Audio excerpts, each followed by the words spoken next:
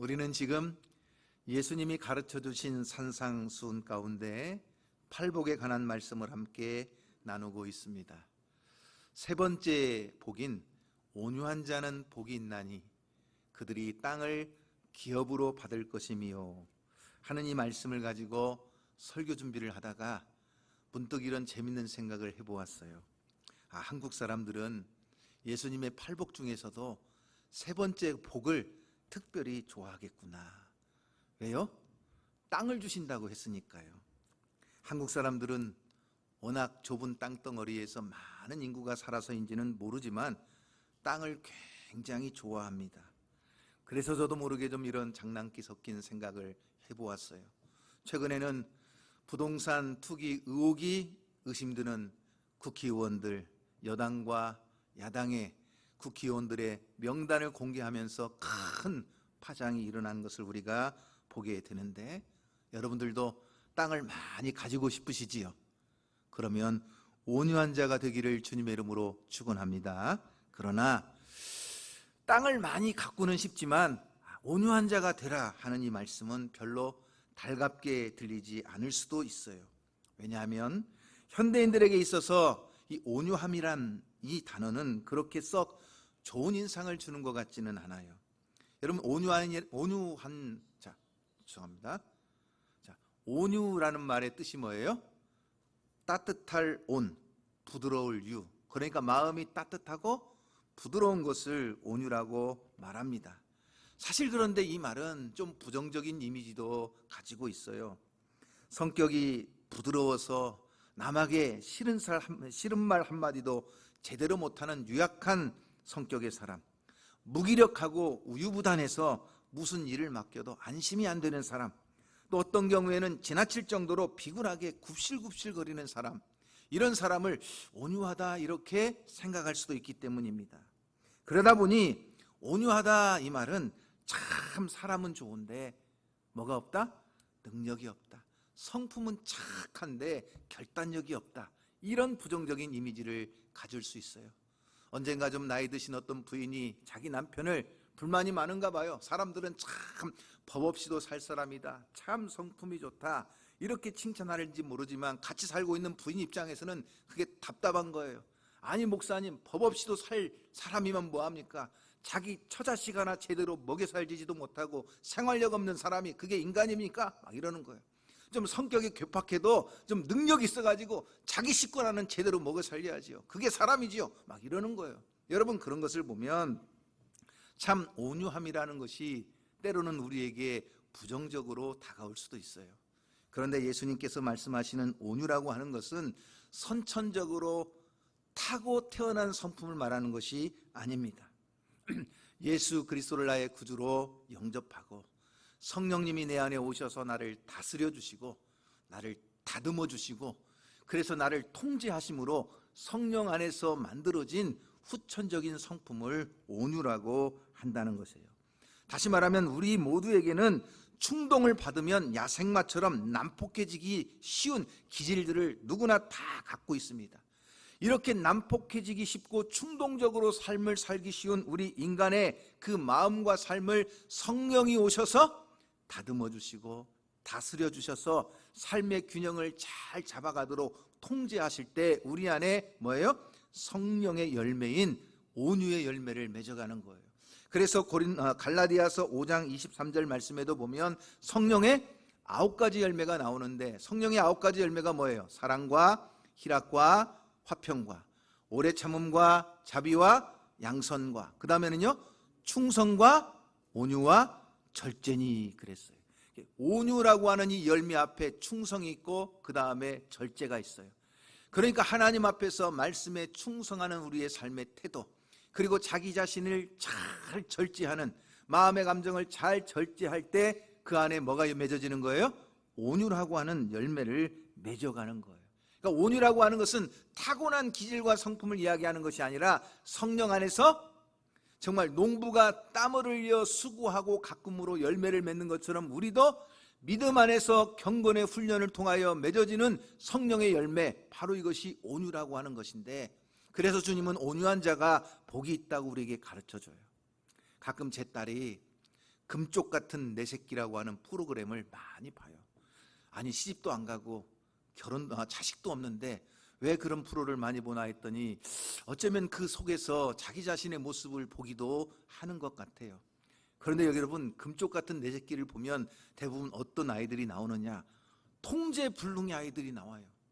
이상한 행동을 하고요, 과격한 행동을 하고요, 한번 고집을 부리면 절대 꺾지 않고요, 막 아나무인처럼 막 행동하고, 심지어는 자기 막 엄마 아빠를 향해서 막 욕을 하기까지 하고, 이러한 막 통제불능의 아이들이 나와요. 엄마 아빠가 어떻게 해볼 수가 없어요. 힘으로 제압도 안 되고, 말로 타일러도 안 되고, 막 꾸지럽고, 막 나물러도 안 되고, 심지어 매를 때려도 안 되고, 도저히 안 되는 거예요. 그런데 거기에 오은영 박사라는 분이 계세요. 이분에게 의뢰를 하면 이분이 그 아이의 행동을 열심히 관찰을 해요. 관찰을 하면서 그 아이의 행동을 지켜보다가 부모에게는 어떤 문제가 있는지, 이 자녀에게는 어떤 상처와 두려움이 있는지를 파악하게 되고, 그래서 행동 제안을 하게 돼요. 엄마 아빠가 이 아이를 대할 때 어떻게 대해야 되는가, 말을 할 때 어떤 말을 해줘야 되는가, 그래서 이 아이가 어떤 행동으로 나올 때는 부모가 어떻게 대처해야 되는가를 다 대안들을 제시해 주는데, 놀라운 것은요, 그렇게 통제불능이고 폭주기관차처럼 막 나가던 아이들이 정말 이 오은영 박사의 제안을 그대로 따라서 실천해 보면 이 아이의 행동이 어떻게 돼요?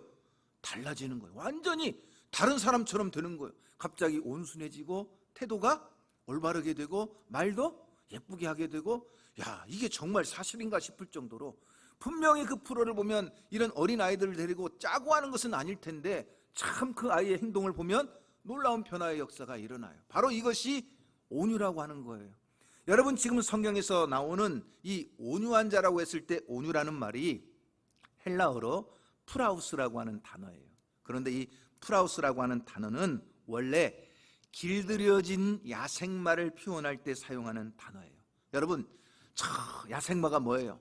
막 자기 마음대로 뛰어다니고 막 험한 들판과 거친 산들을 막 쉼없이 달려다니던 야생마인데, 그 야생마를 데려다가 사람의 손에서 어떻게 해요? 길들이는데 길들여지나요? 잘 안 길들여져요. 자기의 등에다가 사람을 태우려고 할까요? 절대 안 태워요. 그런 야생마를 끝까지 계속 통제하면서 길들이는 거예요. 그러면 나중에 그 야생마의 등에 사람이 올라타고 명령을 하면 막 빠르게 질주하고 고삐를 잡으면 딱 멈춰설 수 있는, 이렇게 길들여진 야생마를 표현할 때 뭐라고 하느냐? 온유, 프라우스라고 표현을 하는 거예요. 그래서 실제로 중세의 전쟁에 보면 전쟁에 나가서 용감히 싸우는 말들, 저 전장에서 싸우는 말을 키울 때에는 집에서 새끼 때부터 사람의 손에서 키워지고 길들여진 말을 데리고 전쟁터에 나가는 것이 아니라 오히려 저 야생에서 자기 마음대로 살던 말을 데려다가 잘 길들여가지고 그 말을 타고 전쟁터에 나갈 때 용감하게 싸운다는 거예요. 오히려 사람의 손에서 새끼 때부터 온순하게 길려진 말은요, 전쟁터에 나가면 겁이 많아서 피하고 도망치고 그냥 스스로 겁에 질려서 무너지기가 쉬운데, 오히려 야생마들은 잘 길들여지면 전쟁에 선봉에 나가서 끊임없이 질주하면서 놀라운 전쟁의 성과를 이루어낸다는 거예요. 다시 말하면 한번 길들이기가 어렵지 한번 잘 길들여지면, 그래서 그 야생마처럼 거칠고 폭주기관차처럼 막 자기 마음대로 달려가던 말이 한번 길들여져서 프라우스, 온유해지면 그때는 아주 엄청나게 쓰임을 받는 거예요.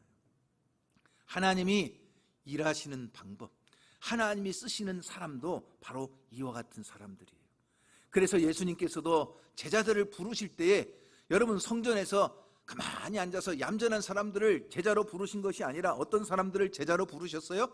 저 갈릴리에서 막 금을 치고 고기 잡고 막 어부들, 막 사람들에게 손가락질 받고 막 세리였던 마택 같은 사람들, 막 세상에 대해서 감정을 가지고 반항심을 가지고 있던 사람들, 이런 사람들을 제자로 부르셔서 주님이 3년 동안 훈련하시고 온유한 자로 길들이시는 거예요. 초대교회의 역사를 통해 이 복음의 선교를 이룰 때에도 하나님이 가장 귀하게 쓰신 사람이 사도 바울 아닙니까? 여러분, 초대교회 안에도 얼마나 좋은 사람들이 많이 있었겠어요. 그런데 예수 믿는 사람 잡아 죽이려고 혈안이 돼 있는 사람, 스데반을 막 그 죽이는 일에 막 앞장서서 주동자가 됐던 사람, 저 안디옥까지 가서 막 예수 믿는 사람 끌어다가 옥에 가두고 막 핍박하려고 했던 사람, 이런 야생마 같은 바울을 하나님이 택하시는 거예요. 사울아 사울아 네가 왜 나를 핍박하느냐. 그 사울을 하나님이 부르셔서 그 야생마 같은 사울을 성령 안에서 뭐예요?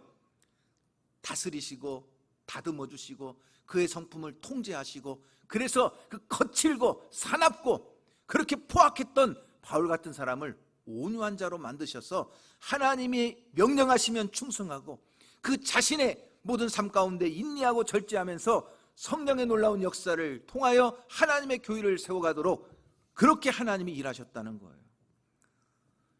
가끔 보면 교회 안에서도 혹은 세상 속에서도 거친 사람들을 봐요. 야, 저 사람 때문에 힘들어 죽겠다, 저 사람만 없으면 괜찮겠다 하는 그런 느낌을 갖는 사람들이 있어요, 없어요? 가끔 있지요. 교회 안에도 가끔 그런 사람이 있어요, 없어요? 야, 저 집사 때문에 너무 힘들어. 그런데 그분들도 지금은 통제가 안 됐을 뿐이지, 하나님은 그런 사람이 정말 인격적으로 하나님을 만나고 예수 안에서 성령의 능력으로 확 변화가 되면 오히려 그런 사람들이 전쟁에 나가서 싸우는 야생마처럼 오히려 놀라운 일들을 감당하는 사람이 될 줄로 믿으시기를 바랍니다. 그러므로 여러분 한번 산불을 생각해 보세요. 통제되지 않은 불은요, 온 산을 태우고 모든 사람들의 재산과 생명을 싹 불태워 버립니다. 이게 통제되지 않은 불이거든요. 그런데 이 불도요, 잘 통제가 되면, 여러분 가정에서 쓰는 가스레인지의 불을 한번 보세요. 추운 겨울날 우리의 몸을 따뜻하게 해주는 난로를 한번 보세요. 통제된 불은요, 우리의 삶에 매우 유익하고 우리의 안전과 생명을 지켜주는 거예요. 그런 것처럼 나는 정말 온유한 자인가 아니면 포악한 자인가를 생각할 때 바로 이것을 생각하는 거예요. 나는 통제되지 않은 산불처럼 그냥 모든 사람들을 싹 불태워버리고 모든 사람들에게 확 위협을 주는 존재인가, 아니면 나는 잘 다스려지고 통제되어서 많은 사람들에게 가정에 유익한 불처럼 그렇게 하나님 앞에 통제가, 성령 안에서 다스림이 잘 되고 있는 사람인가. 여러분 이것을 기억하면 내가 온유한 자인가 아닌가를 기억해 볼 수가 있어요. 이런 온유함의 의미를 가지고 오늘 우리는 내가 정말 온유한 자인가를 생각하기 위해서 세 가지를 점검해 봐야 돼요. 나는 이 세 가지가 잘 통제되고 있는가, 잘 하나님의 손에서 다스려지고 다듬어지고 있는가를 살펴볼 필요가 있는데, 그 첫 번째가 뭐냐? 나의 감정이에요. 이 마음의 분노예요. 내 감정과 분노가 성령님에 의해서 잘 통제되고 있는가 하는 것입니다. 사람이 자기에게 친절히 말하고 자기에게 잘 대해주는 사람과 같이 잘 대해주는 건 누구나 다 할 수 있어요. 이것은 사람의 다 본능이에요. 그런데 누군가 나를 비난하거나 나를 대적하거나 심지어는 뒤에서 나를 모함하는 사람들을 만났을 때 그 사람들을 향한 내 마음의 감정이 어떠한가를 보면 내가 온유한가 온유하지 못한가를 판단할 수가 있다는 거예요. 가장 좋은 예가 바로 모세예요. 성경은 온유한 사람이다 이렇게 표현한 두 분이 계세요. 구약 성경에는 모세, 신약 성경에는요 우리 예수님, 이분들을 마음이 온유하다고 표현을 했는데, 왜 온유하다고 표현을 했느냐? 사람들을 대하는 그들의 감정과 분노를 보기 때문에 그래요. 여러분 민수기 12장 3절 말씀에 보면 모세를 일컬어서 이 세상의 모든 사람들보다 온유함이 가장 더한 사람이라고 표현을 해주고 있어요. 근데 놀라운 것은 사실 이 민수기의 말씀을 누가 기록했느냐? 모세가 기록을 했거든요. 그러니까 모세는 지금 자기 입으로 자기 자화자찬을 하고 있는 것과 같아요. 그러니까 어떤 사람들은 야 이거 민수기 그러니까 모세가 쓴 거 아니야, 어떻게 자기 입으로 막 자기가 온유하다고 자화자찬할 수가 있겠어? 이렇게 의심을 품는 사람들도 있겠지만 하나도 이상할 것이 없어요. 왜냐하면 예수님도 예수님 자기 자신을 두고 나는 온유하고 겸손하니 너희는 내게 배우라고 말씀하신 것을 보면 자기를 온유하다고 충분히 말할 수가 있는 것이지요. 그런데 왜 모세를 이렇게 모든 사람보다 온유함이 더하다고 표현을 했느냐 하면, 모세를 향한 어떤 반항, 모세에 대해서 반기를 들고 모세를 막 그렇게 공격했던 그 반격 속에서 모세가 대하는 그의 태도 때문이었다는 거예요. 특별히 여러분 보통 바깥에 있는 사람들이 다 존경해도 여전히 존경 못하는 사람이 누구예요? 자기 집안에 있는 형제들이잖아요, 가족들이잖아요. 그런 여러분, 사실 모세가 하나님의 부름을 받고 위대한 종으로 쓰임받지만 거기에 불만을 품은 사람들이 형 아론과 누나 미리암이었어요. 아니, 하나님이 뭐 모세한테만 말씀하시냐? 모든 공은 모세가 다 받고 모세가 막 위대한 지도자로만 부각되고 그 밑에 그 옆에 있던 아론과 미리암은 그렇지 못하니까 여기에 불만을 품게 되고, 그래서 모세가 그의 아내 시보라가 죽은 다음에 구스 여자를 아내로 취한 사실을 가지고 막 비난을 하면서 모세를 공격해 오는 거예요. 그래서 모세를 공격할 때에도 모세가 그들을 향해서 어떤 태도를 취했느냐 하는 거예요. 고라와 그 모든 일당들이 당을 만들어서 모세를 대항하고 막 모세에게 반기를 들었을 때에도 그 고라의 일당과 그 반역을 일으킨 사람들에 대해서 모세가 어떤 태도를 취했느냐 하는 거예요. 그것은 자기 마음의 감정, 그 자기의 마음의 분노를 뭐예요? 잘 다스렸다는 거예요. 여러분, 모세가요 원래부터 그렇게 온유한 사람이 아니었어요. 여러분, 성경을 보면 애굽의 왕자로 저 애굽의 궁전에서 40년 동안 살 때 모세는요 굉장히 거칠고 사납고 자기 감정대로 행동하는 무서운 사람이었어요. 그러니까 히브리인이 원통한 일 당하는 것을 보고 몰래 그 애굽 사람을 돌로 쳐 죽이기까지 했던 사람, 그렇게 막 혈기 있는 사람이 모세였어요. 그런데 하나님이 그런 모세를 저 미디안 광야로 데려다가 거기에서 40년 동안 하나님이 훈련시키시는 거예요. 마치 야생마를 길들이듯이 하나님께서 저 미디안 광야에서 40년 동안 목자로 일하게 하시면서 모세를 길들이시는 거예요. 그러니 그 모세의 거칠고 사나운 성품이 이제는 하나님의 손에서 통제되기 시작하고 그 자신의 분노와 감정을 다스리는 사람이 되기 시작하고, 그래서 과거에 같으면 형 아론이요? 누나 미리암이요? 아니 고라와 그 일당들이요? 막 대들어요? 막 반역을 일으켜요? 과거의 모세 같으면 가만 놔두지 않습니다. 어떻게 하죠?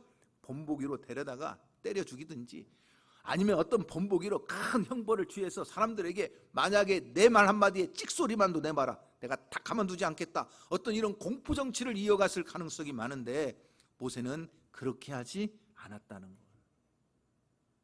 왜요? 마음이 온유한 자가 되었다는 거예요.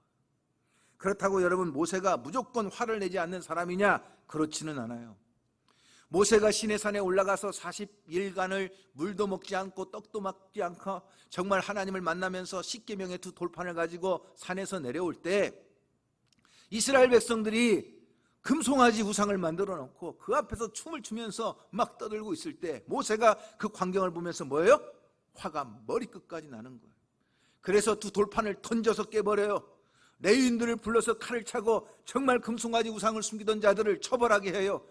여러분, 온유하다고 해서 무조건 화를 내지 않는 것이 온유함인가? 그렇지 않다는 거예요. 온유함은 끝까지 참는 것과 화를 낼 수 있는 것, 그 중간지대에 있는 거예요. 자기 자신을 위해서는 철저히 참고 인내하면서 자기의 분노를 가라앉힐 줄 알지만 하나님의 의를 더럽히고 하나님의 영광을 가리는 그러한 불의에 대해서는 거룩한 분노를 낼 수 있는 것, 바로 이것이 온유예요. 나는 마음이 온유하고 겸손하다고 말씀하신 예수님도 성전에 들어가셨을 때 성전에서 수많은 사람들이 매매하는 것을 보게 돼요.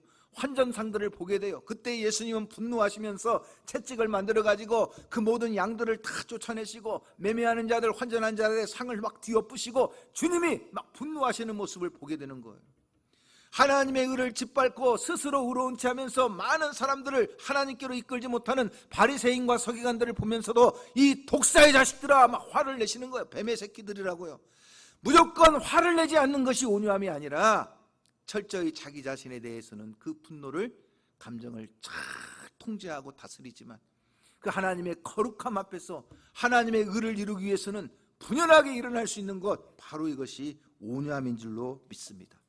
우리 예수님은 상한 갈대를 꺾지 않으시고 꺼져가는 등불도 끄지 않으시는 분이에요. 얼마든지 꺾을 수 있는 능력이 있고 얼마든지 후 불어버려서 끌 수 있는 권능을 가지신 주님이지만 그러나 연약한 인생을 향해서는 한없이 자신도 연약한 자처럼 그렇게 온유한 자였어요. 그럼에도 불구하고 또한 하나님의 성전을 더럽히고 하나님의 의를 가리우는 자들을 향해서는 이 독사의 자식들아, 심지어 상을 엎으시면까지 화를 내시는 주님의 모습을 볼 수가 있어요. 오늘 우리가 이 우리의 마음의 감정과 분노를 잘 다스리고 통제할 수 있는 온유한 자가 되기를 주님의 이름으로 축원합니다. 그러면 우리가 하나님의 은혜로 정말 우리의 삶에 풍성한 은혜가 나타날 줄로 믿습니다. 두 번째는 내 입술의 언어가 성령님에 의해서 통제되고 있는가 하는 것을 질문해야 돼. 내가 온유한 자예요? 그러면 그 입술의 말을 보면 알아요. 우리의 입술은 그 자체가 야상마 같아요. 죄성을 가진 인간이 가장 통제하기 어려운 부분이 어디냐? 바로 여기에요. 내 의지와 상관없이 어떤 때는 막 내 마음에도 없는 말이 막 쏟아져 나와요. 이게 뭐예요? 말이에요. 그래서 여러분들이 부부싸움을 할 때에도 많이 경험하잖아요. 막 부부싸움 하다가 서로 상처를 입으면 내 마음에 없는 말을 막 해버리는 거예요. 막 이혼해버리자, 막 심지어는 가서 죽어버려라, 함부로 말을 막 하는 거예요. 부모 자식 간에도요, 마음에 없는 말을 함부로 막 쏟아부어 버려요. 막 부모들이 막 호적에서 파버리겠다, 막 집 나가버려라, 막 이렇게 막 함부로 말을 해버려요. 그러면 그 상처를 받은 자식들도요, 부모님을 향해서 또 거친 말을 막 쏟아부어 주는 거예요. 막 엄마가 나한테 해준 게 뭐가 있어요? 막 다른 집 엄마하고 비교하면서 막 쏟아부어요. 그러다 보면 서로 말과 말의 상처가 끊임없이 전쟁을 해버려요. 이 말이 통제가 되지 않는 거예요. 그러다 보니까 땅을 차지하는 것이 아니라 땅을 빼앗겨 버리는 거예요.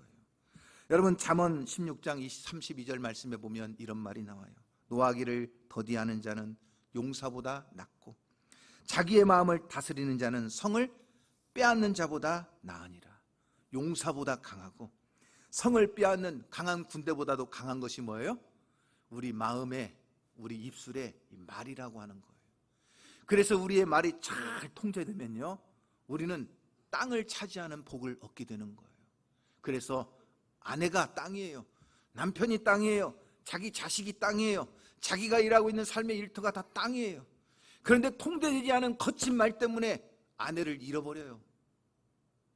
자기 자식들을 다 놓쳐버려요. 그래서 부모와 자식 간에도 영영 거리가 멀어지고, 그래서 자녀를 잃어버리는 그 아픔을 겪는 일들이 굉장히 많아요.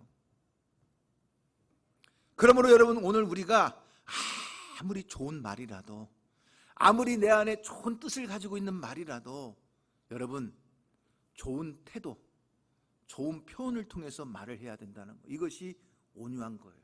여러분, 자 보십시오. 좋은 음식은요, 어디에 담아요? 좋은 그릇에 담는 거예요. 좋은 음식을 만들어 가지고 여러분 개밥 그릇이나 똥바가지에 담는 사람은 하나도 없어요. 좋은 음식은 어디에 담아요? 예쁜 그릇에 담아서 대접할 때 그 음식도 가치가 있는 거잖아요. 그런데 좋은 음식을 만들어 가지고 아주 나쁜 그릇에 담아버리면 그 음식 자체까지 쓸모가 없어지는 거예요. 내가 자식을 위하고 남편을 위하고 내 부인을 위한다고 말을 하면서도 나도 모르게 거친 말로 막 폭언을 쏟아 부어버리고 무리한 행동으로 막 함부로 해버리면 서로에게 상처가 되고 오히려 관계가 깨지고 땅을 빼앗기는 역사가 일어난다는 거예요. 여러분 한번 보십시오. 향기로운 좋은 꽃에는 벌이 날라듭니다. 그리고 벌은 그 꽃에서 뭘 만들어내죠? 꿀을 만들어냅니다. 맛있는 꿀을 만들어내요. 그런데 여러분 생각해 보세요. 악취가 나는 썩은 음식에는 뭐가 날라들죠? 똥파리와 아주 벌레들이 날아듭니다. 그래서 질병을 옮기고 균을 만들어냅니다. 엄청난 차이가 있어요. 향기로운 꽃에는 벌이 날라와서 꿀을 만들지만 썩은 음식에는 똥파리나 벌레가 날라와서 균을 만들어서 질병을 옮기는 거예요.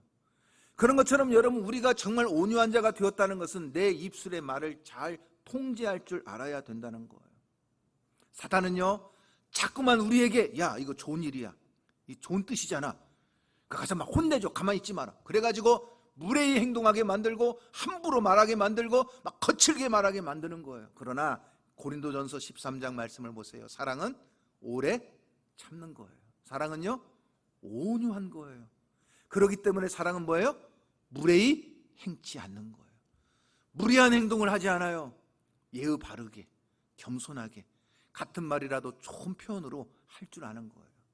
특별히 우리 이리 여양교회 성도들은 성도 간에 서로에게 좋은 말로 좋은 표현을 담아서 좋은 자세, 예의 바른 태도를 가지고 서로를 존중하면서 그렇게 말할 수 있는 온유한 자가 되기를 주님의 이름으로 축원합니다. 좋은 뜻을 가졌다 할지라도 무례한 태도, 교만한 자세, 그리고 함부로 말하는 거친 행동은요, 결국 모든 것을 파괴시켜 버려요. 그래서 사단은 할 수만 있으면 자꾸 좋은 말이라도 우리 마음의 분노의 그릇에 담아가지고 말을 쏟아붓게 만들어 버리는 거예요. 그래서 관계를 깨트리고 공동체를 파괴하게 만들어 버리는 거예요. 그러나 성령은 아무리 좋은 말이라도 뭐예요? 좋은 자세, 좋은 그릇에 담아서 아름답게 표현하도록 만드는 거예요. 사실 제 자신도 뒤돌아보니까 우리 자녀들에게, 때로는 아내에게 그렇지 못한 때가 많은 것 같아요. 인생이요, 나이가 들어가면 그때서 철이 들어가는 것 같아요. 뒤돌아켜 보니까 이제 와서 참 후회되는 게 뭐냐, 제 딸 자식이 결혼을 하고 또 이렇게 자녀들이 다 왕성해서 보니까 아빠는 너무나 엄했어. 아빠는 항상 막 큰 소리만 쳤어. 이것들이 자녀들에게 때로는 상처가 있는 것 같아요. 그래서 아빠가 무서워 하는 말들을 하는 걸 보면, 그동안 내가 참 얼마나 자녀들에게 내 마음에 조금 안 들면, 내 마음에 좀 화가 나면 얼마나 막 험하게 함부로 말했는가, 이제야 후회가 되는 거예요. 그런데 여러분, 오늘 우리 성도들이 정말 서로에게 표현을 잘 할 수 있는 성도가 되기를 주님의 이름으로 축원합니다. 참 집사님 애쓰셨네요. 참 집사님 잘하셨네요. 참 집사님 그렇게 하는 모습이 정말 참 본받고 싶네요. 서로에게 여러분 좋은 음식을 좋은 그릇에 담듯이, 좋은 꽃에는 벌이 날라와 꿀을 만들어내듯이 우리의 삶에도, 우리의 신앙에도 그렇게 아름다운 열매를 거두고 아름다운 축복을 거두는 삶이 되도록 역사에 나가기를 주님의 이름으로 축원합니다. 세 번째는 뭐냐? 내가 정말 온유한 자인가를 점검하기 위한 세 번째 단계는 뭐냐? 내 마음의 물질에 대한 탐욕이에요. 이 물질에 대한 탐욕이 잘 성령에 의해서 통제되었는가 하는 거예요. 여러분, 누구나 다 돈을 많이 갖고 싶어 하지요. 누구나 다 좋은 집에 살고 싶어 하지요. 남들보다 더 높은 자리에서 더 많은 것을 누리고 싶어 하는 것이 인간의 마음입니다. 그래서 여러분, 사기를 치는 사람들의 수법이 도대체 뭐예요? 그 마음의 탐욕을 잘 조장하는 거예요. 내가 가르쳐주는 대로 하면 2배로, 아니 막 5배로 불려주겠다. 그 인간의 마음이, 귀가 가리워져서 눈이 어두워져서 혹해가지고, 그래 지금 이걸 가지고 5배로 준다고? 10배로 만들어준다고? 혹해가지고 그냥 빠져서 사기를 당해서 무너지는 사람들의 모습을 보아요. 왜냐? 마음에 통제되지 않은 탐욕에 끌려가다 보니까 그렇게 되는 거예요. 하나님은 심지 않은 데서 거두시는 분이 아니에요. 그러므로 여러분, 우리는 하나님의 은혜를 간구하면서 믿음으로 하나님이 이루시도록 나의 삶을 맡겨야 될 줄로 믿습니다. 성경에 보면 욥이라고 하는 사람이 나와요. 정말 욥은 물질적 탐욕에 대해서 가장 온유한 자였다고 표현을 할 수가 있겠어요. 동방의 가장 큰 부자였습니다. 자식들이 10남매나 되었는데 얼마나 화목한 가정이었겠습니까? 정말 세상에서 가장 아름다운 미인이라고 할 사람을 아내로 거두었습니다. 그런데 어느 날 갑자기 삶의 행복의 근거지라고 할 수 있는 모든 조건들이 하루아침에 다 무너져 버리는 거예요. 재산은 다 날아가 버리죠. 10남매는 하루아침에 다 죽어져 버리죠. 그렇게 예뻤던 아내가 막 당신이 그러고도 하나님 믿을래 욕하고 죽으라고 하죠. 정말 욥에게는 의지할 것이 하나도 없었습니다. 심지어는 몸이 만신창이가 되어 병이 드니까 정말 자신의 몸을 어떻게 할 수가 없어서 기와장을 가지고 자기의 그 피부를 긁어낸 정도로 고통 속에 있었습니다. 여러분, 이 정도 되면요, 하나님을 원망하지 않겠어요? 아니, 자살해버려야 되지 않겠어요? 하루아침에 동방에 제일 가는 큰 부자가 알거지가 되었잖아요. 그 10남매라들은 화목한 가정에 자식들이 다 죽었잖아요. 심지어 자기 부인까지 막 자기를 막 저주까지 하잖아요. 이 정도 되면 삶의 의미가 없어지고 하나님을 향해서 원망하면서 욕하기 쉬운데, 그때 욥이 하는 행동은 뭐예요? 욥기 1장 20절 말씀에 보면 욥은 일어나서 자기의 겉옷을 찢고 자기의 머리털을 다밀고 땅에 엎드려서 하나님을 경배했다는 거예요. 그리고 하나님 앞에 고백하기를, 내가 엄마 뱃속에서 나올 때 벌거벗고 나왔으니 하나님의 갈 때도 벌거벗고 가는 것이 당연한데 주시는 분도 하나님이시오 가져가시는 분도 하나님이시오니 내가 입술로 하나님을 범죄하지 않고 오히려 하나님을 찬송하겠다는 거예요. 할렐루야. 여러분, 얼마나 이 욥이 온유한 자인가를 볼 수가 있어요. 바로 욥은 온유한 자의 기념비라고 할 수가 있는 거예요. 우리가 지금 욥과 같은 기가 막힌 상황은 아니라 할지라도 자기가 생각할 때 이해가 안 되는 불행이 찾아와요. 이해가 안 되는 고통과 문제를 안고 씨름하면서 인생을 살아가요. 어떤 때는 기도할 힘도 없어요. 어떤 때는 교회에 나오기도 싫어요. 아니 어떤 때는 하나님 그 이름만 들어도 진전머리가 날 정도로 내 삶이 너무나 고통스러워요. 도대체 하나님이 어디 계시냐는 거예요. 하나님이 계시다면 어떻게 나에게 이런 일이 있을 수 있냐는 거예요. 그러나 그런 자신의 불행 앞에서도 욥처럼 하나님 앞에 엎드려 하나님을 경배하고 주시는 분도 하나님이시오 가져가시는 분도 하나님이시오니 오히려 하나님을 찬송하며 입술로 범죄하지 않는 이 욥, 이 욥의 자세를 취할 때 하나님이 약속하시는 온유한 자가 땅을 기업으로 받을 것이라는 복을 하나님이 주시는 줄로 믿습니다. 기업으로 받는다는 말은 뭐예요? 내가 노력해서 얻는 것이 아니에요. 내가 다른 사람에서 빼앗아 가지고 내 것으로 차지하는 것이 아니에요. 하나님이 뭘로? 기업으로 주시는 거예요. 하나님의 선물로 나에게 땅을 주시는 거예요. 그러기에 욥은요 그 노년에 잃었던 땅을 다시 다 차지합니다. 자녀들을 다시 다 얻습니다. 그리고 그 자손의 사대를 보면서 행복을 누리며 장수합니다. 그리고 하나님의 품으로 갑니다. 오늘 여러분들이 정말로 하나님의 손에서 땅을 기업으로 받는 하나님의 은혜가 넘쳐나기를 주님의 이름으로 축원합니다. 정말 이 땅은 우리가 이 땅에 살면서 현실적으로 누리는 복입니다.